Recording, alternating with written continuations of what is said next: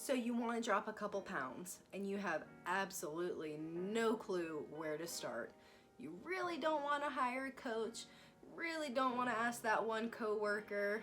Well, I'm here to help. So today I want to give you 5 tips that are going to help you start your journey to a healthier, happier you. Now, if you're someone who doesn't have a coach, you're not necessarily looking to get a specific plan to build muscle or lose body fat or be in contest prep, then I think you found the right place. The first thing that I want to talk to you about is cutting out processed food and incorporating whole foods. I know. We hear it time and time again. Stop eating out, stop eating fast food, stop.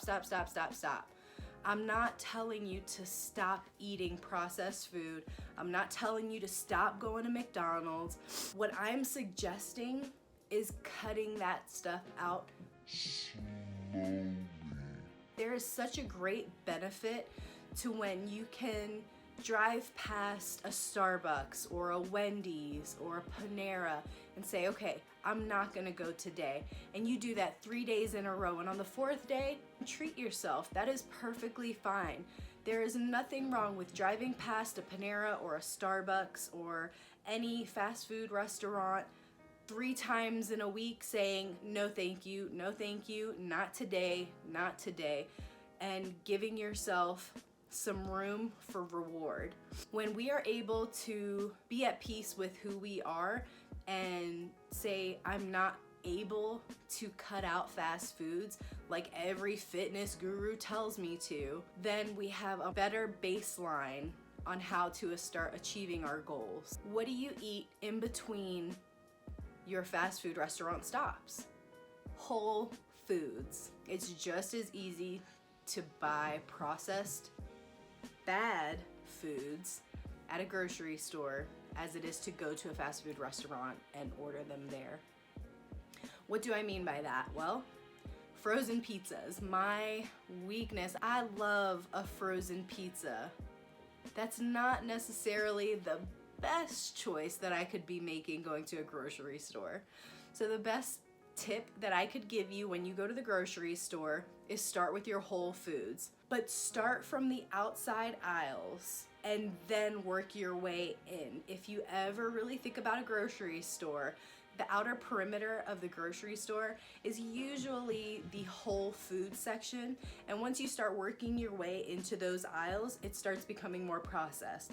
Those are where you can find the box cereals or the box mac and cheese dinners. And those are okay in moderation.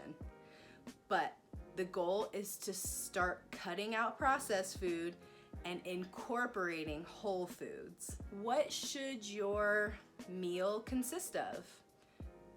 Carbs, proteins, and fats. The macronutrient gods of eating.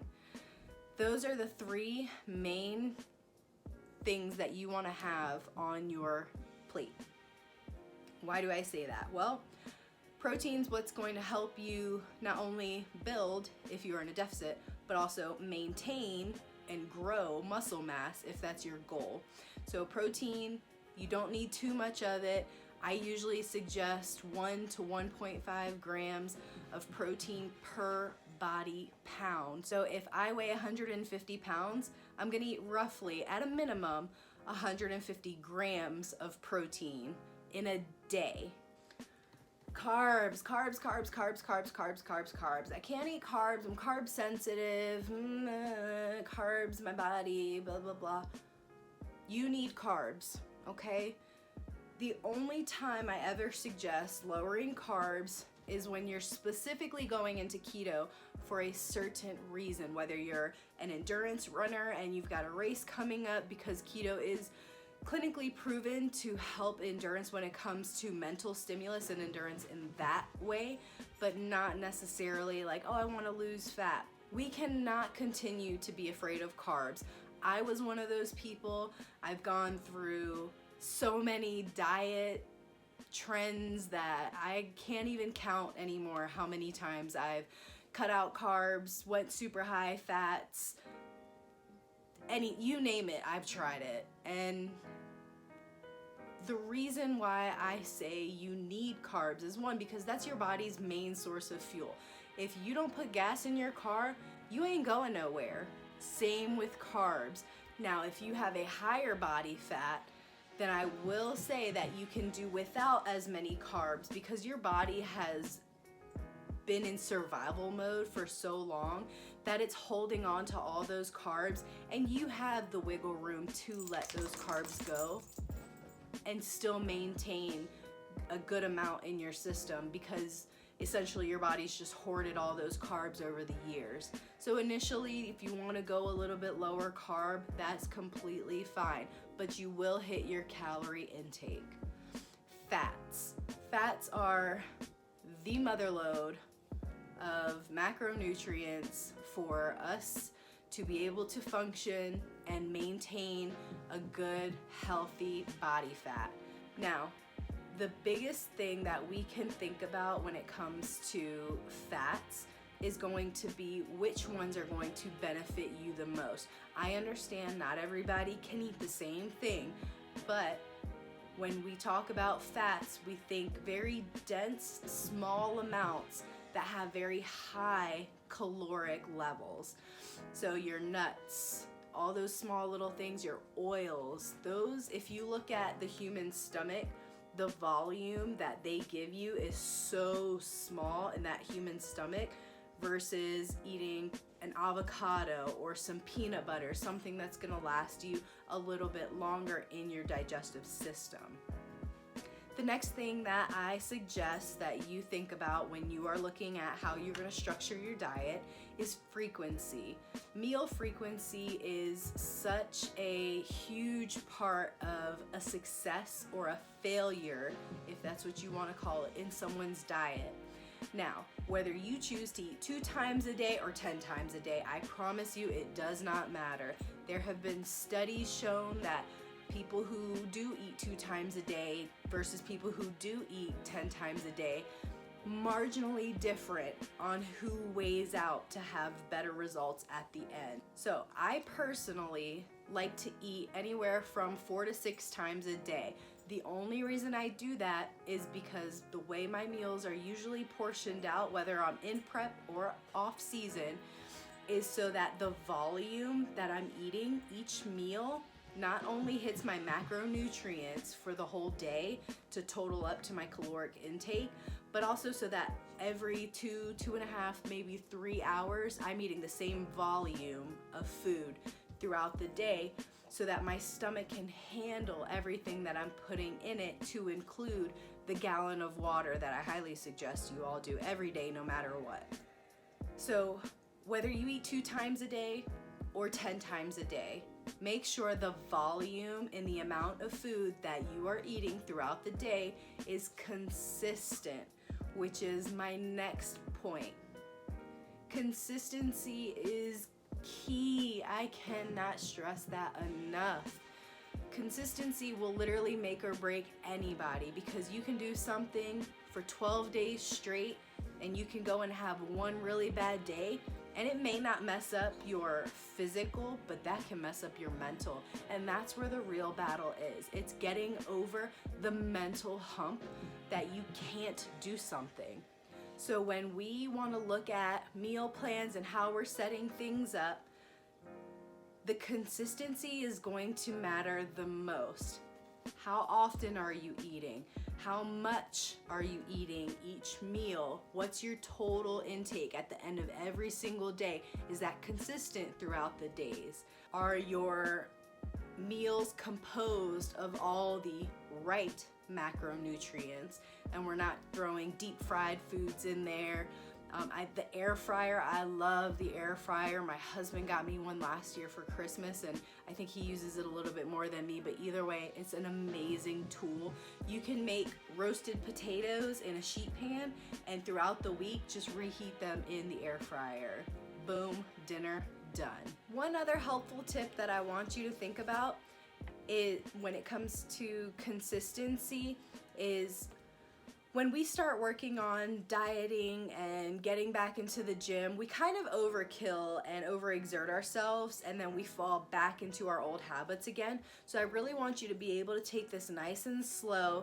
Consistency is key. What do I mean? If you are a fairly sedentary individual and you just want to lose 20 pounds and you are so motivated, you just want to go for it and get after it, more power to you, but I caution you. The habits that you create when you take things day at a time will last the test of time versus hard cut diets that just fail you because they're too hard to keep up with. So I offer that if you do decide that you want to start something, take it nice and slow and don't try and do too much too soon, too fast, too hard, to anything. We want to make it a nice, smooth transition and start creating that lifestyle habit. And the last and final thing that I think a lot of us really misuse is our sleep. Now there's two different things that I like to consider when I talk about nutrients and working out and overall health, and that's rest and sleep. Those are the two most underlooked items on anybody's to-do list when it comes to achieving a goal physically. If you are tired and lethargic and dragging ass all day, you really need to sit back and look at two things: your sleep intake and if you're resting. Rest is not the same as sleep. When you're sleeping, you are asleep, body is shut off. When you are resting, it's in through your mind and out through your body.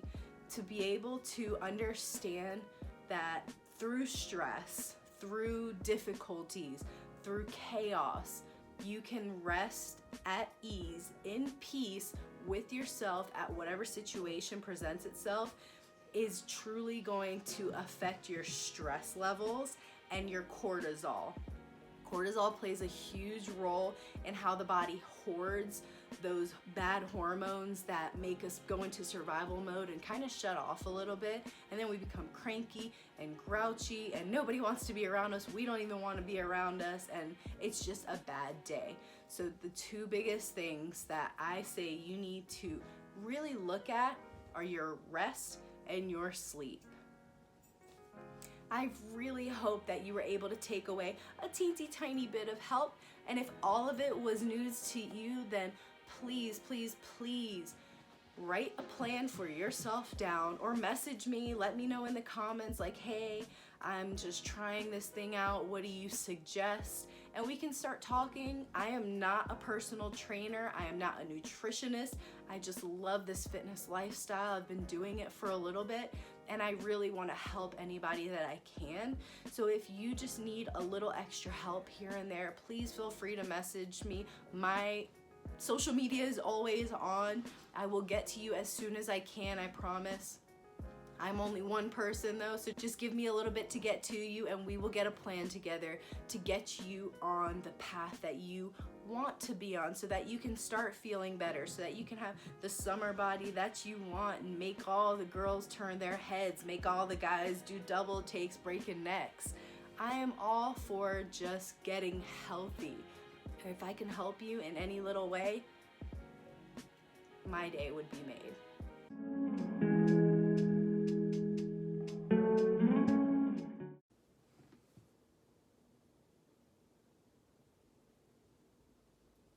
I really hope y'all can't hear that, but there's like kids like yelling outside right now. It's like mad annoying.